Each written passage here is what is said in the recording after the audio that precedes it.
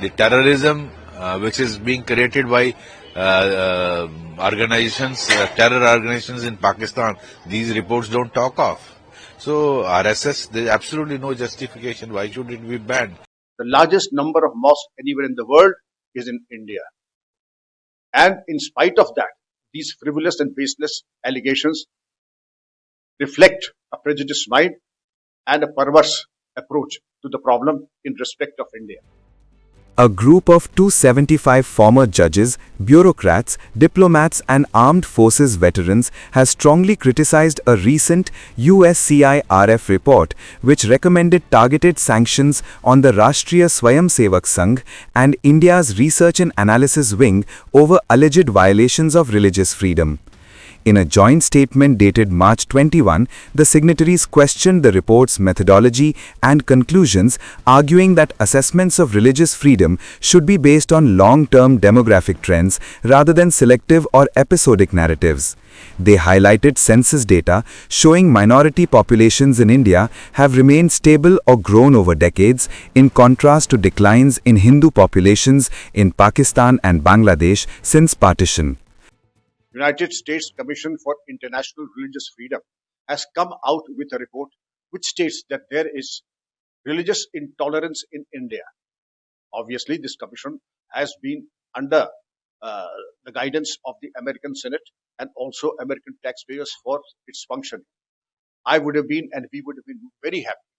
There are 204 signatories of this open letter, and that would include senior Air Force, Army and Navy retired officers, senior retired IAS, IPS officers, advocates, etc. And we are absolutely in deep anguish and pain to see these baseless and frivolous allegations against India. We are a vibrant democracy. We have a judicial system. We have a functional constitution, unlike many others in the world. Let us go to statistics. In 1947, when India became independent, the population of Muslims in India was 9%. Today, it is 14% plus, as per 2011 census. Pakistan had a population of 20% Muslims in 47. Today, they are barely 1.5%.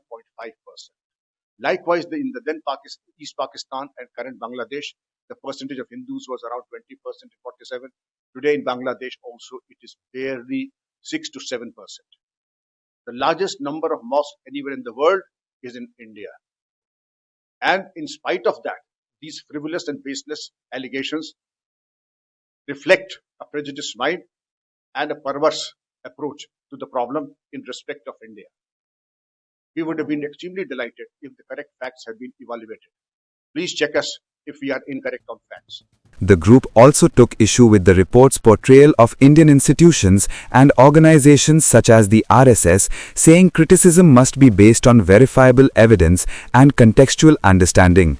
They objected to USCIRF recommendations, including sanctions against individuals linked to the RSS, calling them highly motivated and lacking credibility. See, USCIRF often comes out with such reports. There are 6 members of the USCIRF and government of USA appoints them. Their background should be checked because we have information that some of them come from Pakistan and they have biased view of India. If you talk of religious freedom, Pakistan, when it got independent in 47, independence, it had 21% minority Hindus. Today, 1.5 to 2% Hindus are left. The whole world has witnessed how in Sindh of Pakistan, young girls are kidnapped in front of everyone, forcibly raped, converted, and there are no rights to the families. So if there is a persecution, it is in Pakistan. That's why the numbers have come down from 22% to 1.5 to 2%. Bangladesh. When Bangladesh got independence, it had a 21-22% minor Hindus. Today, 7 to 8% Hindus are left.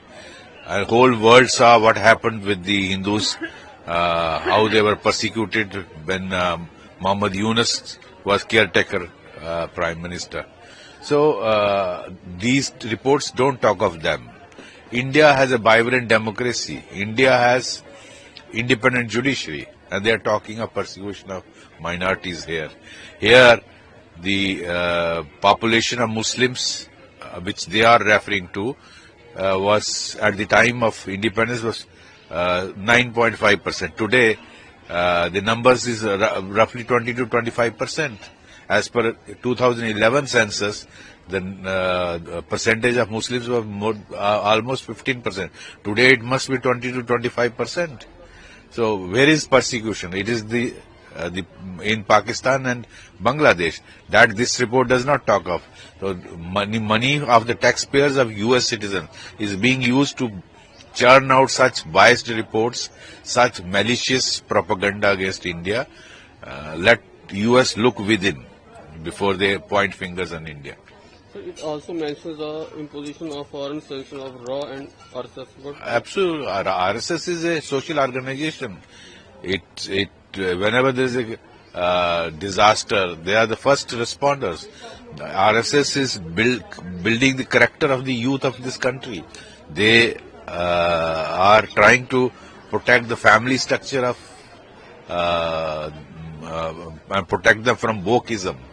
These are the functions which RSS is doing. It is building the family, the society, and it is a social organization. It doesn't create terrorism, and the terrorism which is being created by organizations, terror organizations in Pakistan, these reports don't talk of.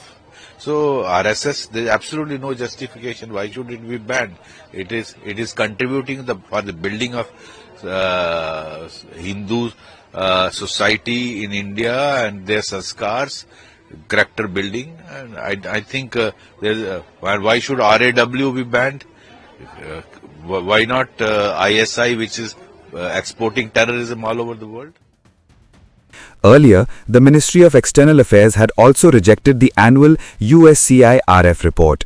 MEA spokesperson Randhir Jaiswal said in a statement that the Commission had continued to present what he described as a distorted and selective picture of India, relying on questionable sources and ideological narratives instead of objective facts. He stated that India had taken note of the latest USCIRF report but categorically rejected what he termed its motivated and biased characterization of the country. Jaiswal added that repeated misrepresentations by the Commission only undermined its own credibility. MEA also suggested that instead of persistently criticizing India, USCIRF should examine incidents of vandalism and attacks on Hindu temples in the United States, as well as growing intolerance and intimidation faced by members of the Indian diaspora there.